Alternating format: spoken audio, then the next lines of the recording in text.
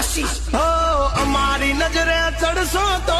ધંધે લાગી જાશો ભાઈ ભરેલું મગજ છે ભાઈ મગજ મારી કરવી નહીં